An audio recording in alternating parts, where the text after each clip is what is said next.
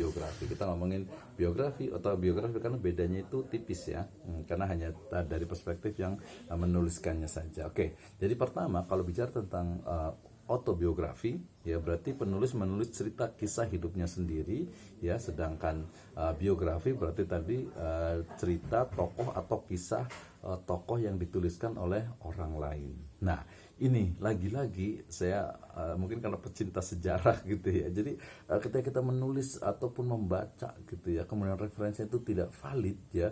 Misalnya nih kita orang Indonesia kemudian masih percaya misalnya ya dengan 100% lah dengan misalnya Babat Tanah Jawi misalnya gitu ya. Oh, ternyata Babat Tanah Jawi itu ditulis setelah apa ya, masa ratusan tahun setelah kisah itu berakhir gitu, sehingga kemudian yang muncul itu adalah sangat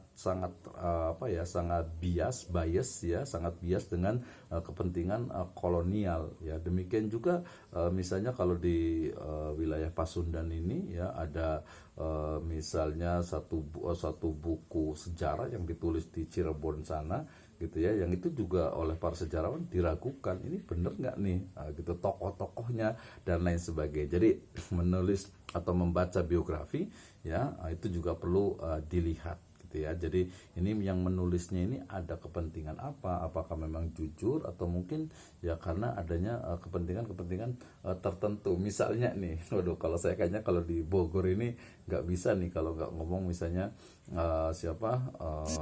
Pamanah Rasa gitu ya.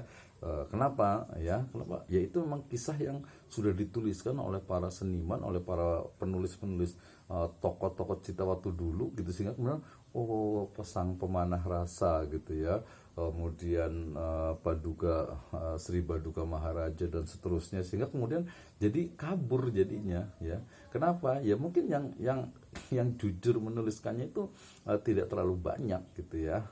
Ini pentingnya kita menulis sebuah biografi tokoh ya, untuk ya betul-betul memang membuktikan ya bahwa sebuah kebenaran itu mesti kita perjuangkan sebagai sebuah kebenaran. Oke ya. Kemudian kalau selama proses penulisan biografi ini, biasa sudut pandang penulis itu secara teknis ini ada dua. Yang pertama adalah authorized biography dan juga unauthorized biography. Jadi authorized biography itu biografi yang ditulis dengan sepengetahuan dari narasumber atau tokoh yang ditulis gitu ya. Jadi misalnya saya mau menulis tentang kebetulan kemarin sempat dengan teman-teman di satu organisasi Islam itu menulis tentang tokoh yaitu Muhammad Nasir. Ya saya sempat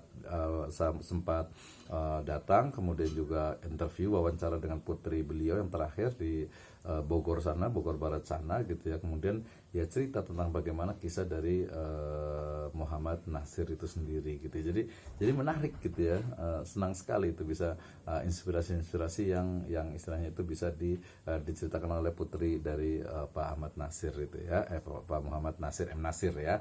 Nah ini berarti kalau tokohnya itu tahu dia dituliskan misalnya masih hidup sekarang gitu ya, itu berarti authorized biography. Tapi kalau orang yang nggak tahu, unauthorized biography gitu ya, itu berarti yang memang tidak diketahui atau mungkin juga tokohnya itu sudah meninggal dunia ya. Kita meninggal dunia, kita misalnya mau nulis nih, kebetulan saya juga ngajar di filsafat ilmu juga di S1 itu, saya suruh menulis, mereka tugasnya adalah menuliskan tentang biografi dan juga pemikiran dari filosof-filosof yang ada di dalam Islam. Al-Ghazali, ada Ibnu Taimiyah, ada misalnya Al-Kindi, kemudian juga Ibnu Rus, kemudian juga Al-Khawarizmi, kemudian Ibnu Khaldun ya, kemudian juga Al-Farabi dan lain sebagainya gitu ya, agar mereka tahu ini adalah tokoh-tokoh pemikir yang sangat luar biasa gitu ya. Jadi berdasarkan jenisnya itu, kalau umpamanya dia ditulis dan orangnya tahu, itu adalah authorized biography, kalau tidak berarti unauthorized biography. Oke ya.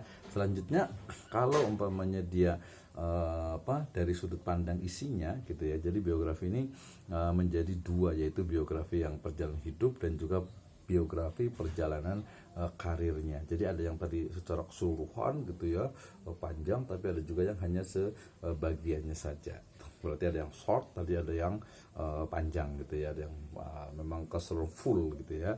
Kemudian biografi perjalanan hidup isinya mengulas tentang kisah atau perjalanan hidup tokoh yang diceritakan ya. Tentunya cerita yang dekat adalah cerita yang menginspirasi ya. Jadi dia memang sifatnya itu ya tadi ada ibroh ya dalam surat Yusuf tadi itu. Kalau di tadi Asbabun Nuzul dari surat Yusuf ayat ke 111 itu kan kisah dari awal sekali gitu ya. Jadi kisah Nabi Yusuf yang cukup panjang dari mulai dia kecil gitu ya, kecil dalam artian itu apa, dengan saudara-saudaranya, kemudian dimasukkan ke sumur, kemudian diambil oleh pedagang, kemudian dibawa ke Mesir, kemudian dijual jadi budak, kemudian bekerja, kemudian jadi seorang pemuda bersama seorang Aziz ya, pejabat di sana, kemudian akhirnya disukai oleh istri dari pejabat itu, kemudian sampai masuk penjara, kemudian sampai keluar dari penjara, kemudian bertemu lagi dengan saudara-saudaranya, dengan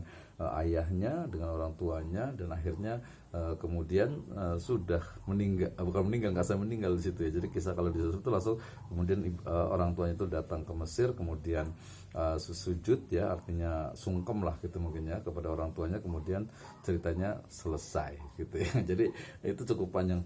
Cerita yang paling panjang itu adalah tentu saja Nabi Musa, kemudian juga Khidir, kemudian Adam alaihissalam dan lain sebagainya. Itu sangat banyak sekali. Jadi kalau bisa dibilang salah satunya Al-Quran itu ya sebagian mengandung syarat dengan tulisan biografi ya, tentu bukan autobiografi ya, jadi biografi. Oke ya. Kemudian kalau dilihat dari sisi ulasannya ya, jadi autobiografi itu ataupun biografi itu kalau dilihat dari sisi ulasannya itu dia biasanya pada bidang-bidang tertentu, misalnya biografi politik ya, mungkin juga intelektual biografi atau biografi jurnalistik ya. Biografi politik itu biasanya tentang politik ya, jadi bagaimana seseorang itu masuk ke dalam dunia politik, kemudian juga pengalaman-pengalaman dia, kemudian juga kesannya, mungkin juga apa yang telah dia lakukan, kontribusinya dan lain sebagainya. Kalau intellectual biografi ini lebih kepada tokoh melalui penelitian, jadi tentang keilmuannya ya, observasi, riset ya, dan biasanya ya tadi penulisannya itu dalam bentuk bahasa baku dan lebih kayak ilmiah gitu ya, lebih ilmiah gitu. Nanti kalau biografi jurnalistik biasanya wawancara yang mengumpulkan pada data tokoh yang ditulis sekaligus sebagai rujukan. Jadi dia lebih simpel. Biasanya ini banyak ya buku-buku yang agak lebih populer ya, biografi jurnalistik itu yang memang biasanya digunakan untuk kepentingan ataupun untuk keperluan tertentu. Jadi berdasarkan ulasannya. Oke, sekarang kita masuk pada materi kita yang